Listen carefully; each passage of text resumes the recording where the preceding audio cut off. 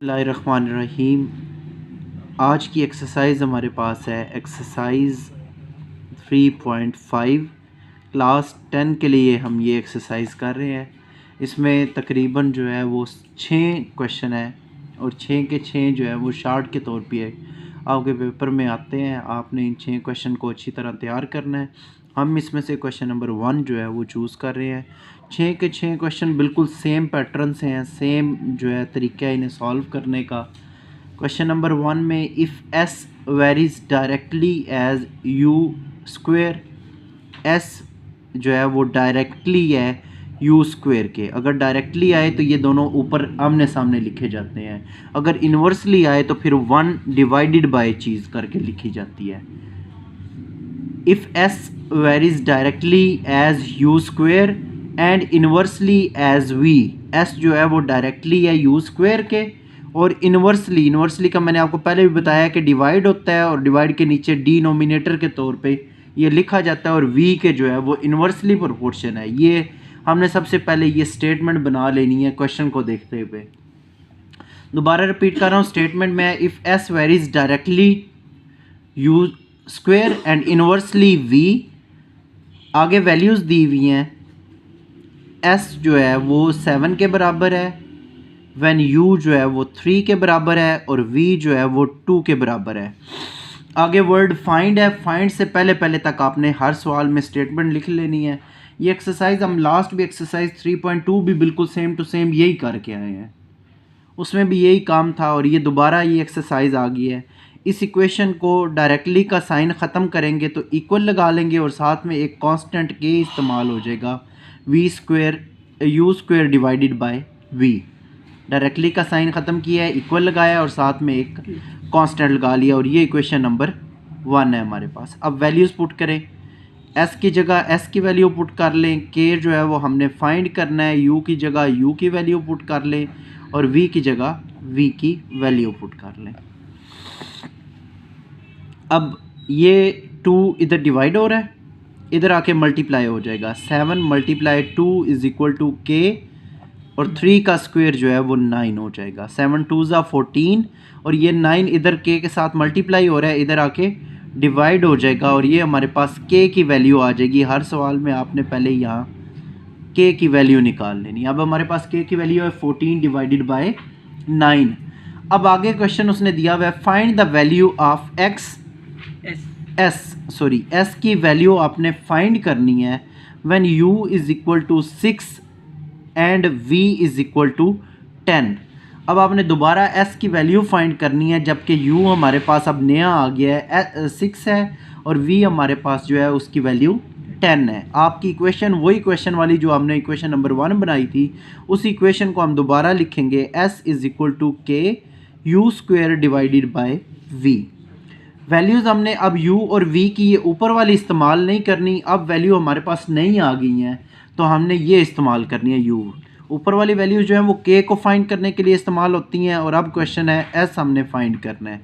s is equal to के की जगह उसकी वैल्यू जो हमने निकाली है वो लगाएंगे 14 divided by 9 dot U square, you की वैल्यू 6 है तो ये 6 का स्क्वायर डिवाइडेड बाय v की वैल्यू 10 है तो यहाँ पे हम क्या लगा लेंगे 10।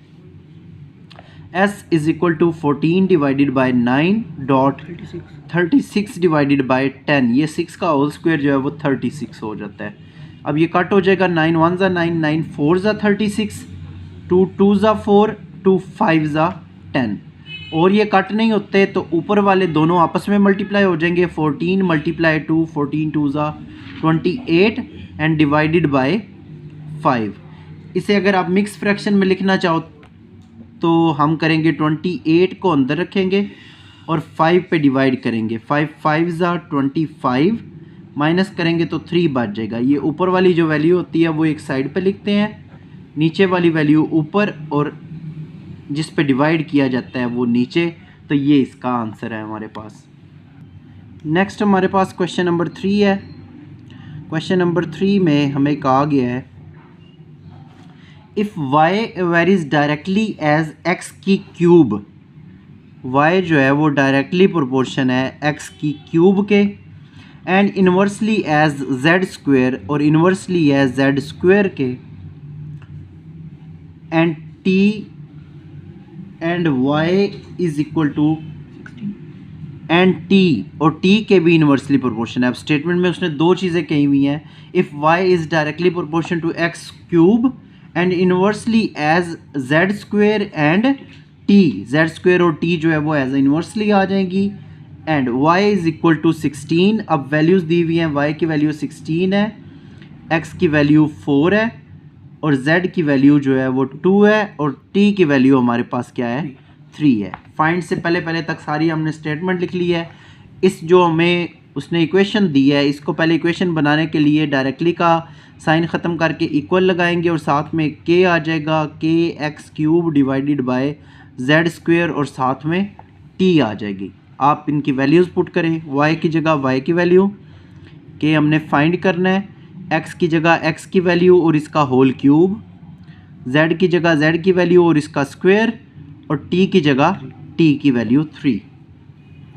अब इन्हें और सिंप्लीफाई करें, 16 इज़ इक्वल टू k, 4 का क्यूब 64 डिवाइडेड बाई 2 का स्क्वायर 4 और साथ में मल्टीप्लाई क्या हो रहा है 3, 4 1 ज़ा 4, 4 1 ज़ा 4, 2 कैरी 4 6 ज़ा 24, मल्टीप्लाई नहीं कर सकते।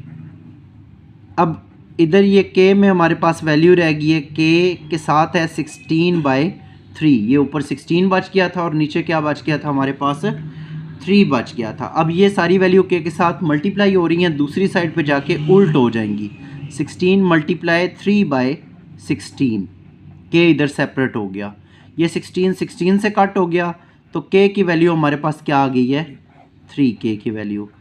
अब k की वैल्यू 3 आ गई है, हमने इसे इक्वेशन नंबर 1 कहना है जहां हमने कांस्टेंट एक लगाया था। इस इक्वेशन को अरेंज करें तो ये k की वैल्यू वहां पे पुट कर लें, y is equal to k की जगह वैल्यू पुट करें 3, आगे आ जाएगा x cube divided bye Z square और t। हमने यहाँ पे पहली इक्वेशन में सिर्फ k की जगह पे उसकी ये वैल्यू 3 पुट की है। नेक्स्ट अब हमारा आगे क्वेश्चन क्या दिया हुआ है, y फाइंड करना है। अब हमने फाइंड करना है y को, हमने फाइंड करना है when x is equal to 2, z is equal to 3 and t is equal to 4। Same वही हमने इक्वेशन नंबर 1 इस्तेमाल करनी है जो कि है y is equal to k x cube divided by z square और साथ में t आ गया है। इसमें वैल्यूज़ हम पुट करेंगे, y जो है वो हमने फाइंड करना है, k की वैल्यू हमारे पास ऊपर आ गई है 3, x की वैल्यू 2 का क्यूब डिवाइडेड बाय z की वैल्यू 3 और उसका स्क्वायर, और t की वैल्यू हमारे पास है 4। हमने अब ये वाली वैल्यू सारी यूज़ की हैं। अब इसको अरेंज कर लें, ये 3 मल्टीप्लाई 2 की पावर क्यूब जो है वो 8 होता है, 2 को 3 दफ़ा मल्टीप्लाई करें, 3 का स्क्वायर जो है वो 9 मल्टीप्लाई बाय 4। अब ये कट हो जाएंगे, 4 1 ज़ा 4, 4 2 ज़ा 8, 3 1 ज़ा 3, 3 3 ज़ा 9। इसका आंसर हो जाएगा 2 डिवाइडेड बाय 3 और यही हमने फाइंड करना था। नेक्स्ट हम इस एक्सरसाइज में से लास्ट वाला पार्ट करते हैं। हमारे लेक्चर का भी ये लास्ट पार्ट है और ये एक्सरसाइज का भी लास्ट पार्ट है। ये बिल्कुल सेम टू सेम एक्सरसाइज एक जैसी है। इसमें से क्वेश्चन नंबर 6 जो है वो हम वो ले रहे हैं, if W varies inversely as the cube of U। W जो है वो इन्वर्सली है क्यूब ऑफ U के। वेरीज इन्वर्सली कहा है, इन्वर्सली की वजह से हमने 1 ओवर करके चीज़ लिखी हुई है, और किसके इन्वर्सली है, U का क्यूब है, उसके इन्वर्सली है W। आगे उसने क्या कहा हुआ है कि W की वैल्यू जो है वो 5 है एंड U की वैल्यू जो है वो 3 है। ये दो वैल्यूज़ फाइंड से पहले तक हमें दी हुई हैं, हमने ये दोनों वैल्यूज़ लिख ली हैं। इस इक्वेशन को थोड़ा सा रीअरेंज करेंगे तो W is equal to K divided by U का क्यूब। इसमें वैल्यू पुट करें, 3 का होल क्यूब,